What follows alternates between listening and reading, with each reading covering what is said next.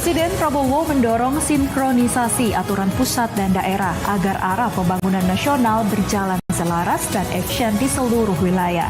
Upaya ini menjadi landasan kerja pemerintah dalam mempercepat pelaksanaan berbagai program prioritas.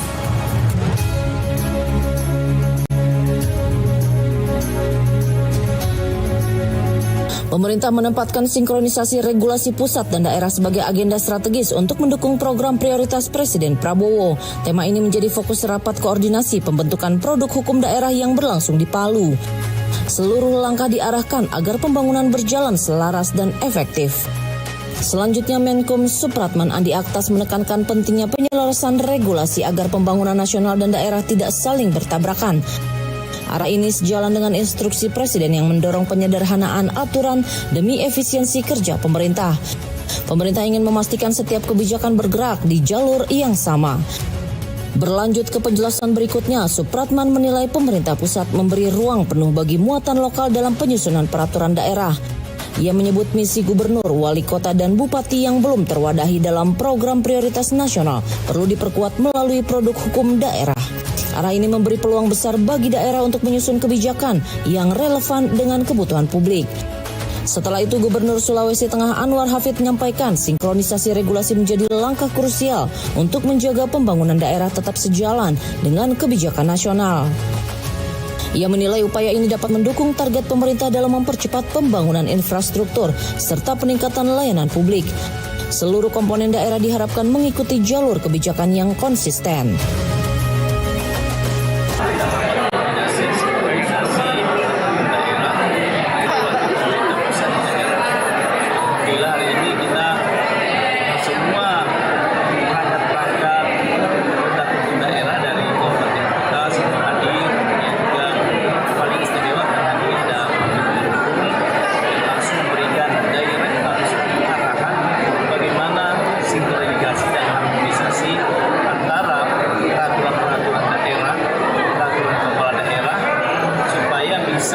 Tidak saling bertentangan dan semua nilai satu garis dengan peraturan yang lebih tinggi itu. Jadi itulah yang ingin kita capai di Sulawesi Tengah. Pada tahap berikutnya, harmonisasi regulasi diharapkan mampu mengurangi hambatan program pembangunan. Penyelarasan ini berperan memperkuat prioritas Presiden Prabowo dan membantu percepatan penyelesaian agenda strategis pemerintah di berbagai wilayah. Pemerintah menargetkan ekosistem regulasi yang rapi guna memperlancar pembangunan lintas sektor.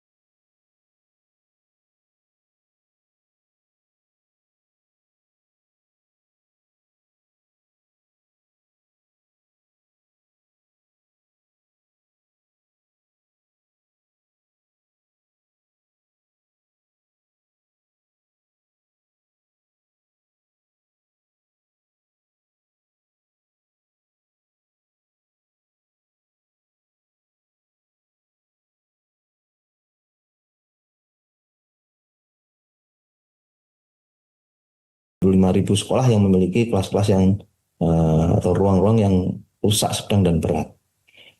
195.000 ini tentu tidak bisa kita selesaikan dalam 1-2 tahun ke depan. Tetapi paling tidak kita harus bisa menyelesaikan satuan pendidikan yang menjadi prioritas, ya, sehingga anak-anak kita bisa menjalankan pendidikannya, ya, dengan aman, nyaman, dan gembira di satuan pendidikan yang sudah memadai. Sasaran revitalisasi menjangkau sekolah negeri dan swasta. Pemerintah mendorong pemerataan agar sekolah terpencil ikut terlayani. Fokus diarahkan pada wilayah tertinggal, terdepan, dan terluar. Sekolah dengan tingkat kerusakan tinggi mendapat perhatian utama. Program ini lahir di tengah tantangan besar pemerataan akses pendidikan. Saat ini masih ada sekitar 1,2 juta ruang kelas yang berada dalam kondisi rusak sedang ataupun berat. Kondisi itu tersebar pada sekitar 195.000 sekolah di berbagai daerah. Angka ini mendorong pemerintah menyusun prioritas kerja. Pengerjaan revitalisasi ini tentu membutuhkan waktu yang panjang. Pemerintah pun menetapkan skala prioritas agar ruang belajar yang paling mendesak segera tertangani. Langkah ini diarahkan untuk menciptakan ruang belajar yang aman dan nyaman, sehingga anak-anak bisa mengikuti proses belajar tanpa gangguan kondisi bangunan. Program revitalisasi Satuan Pendidikan 2026 kini mendapat dukungan kuat dari lintas lembaga. Instruksi Presiden sudah diterbitkan untuk memastikan langkahnya berjalan seragam. Kerja bersama melibatkan pemerintah daerah, Kemendikdasmen, Kantor Staf Presiden, DPR RI, dan Kementerian Dalam Negeri.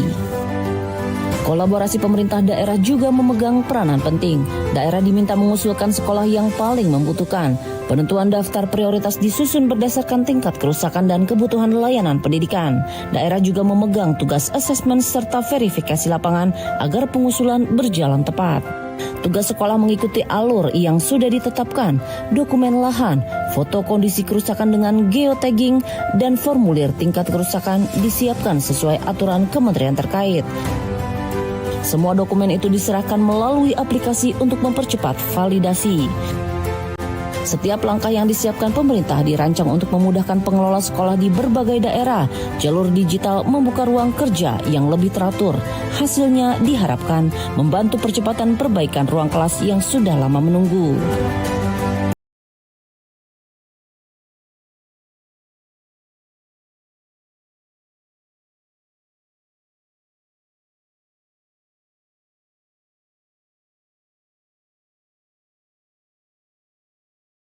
Inilah Istana untuk hari ini. Semoga setiap informasi yang disajikan memberikan gambaran yang lebih jelas tentang langkah dan kebijakan pemerintahan Presiden Prabowo. Saya Stefania Sarah, pamit, terima kasih dan sampai jumpa.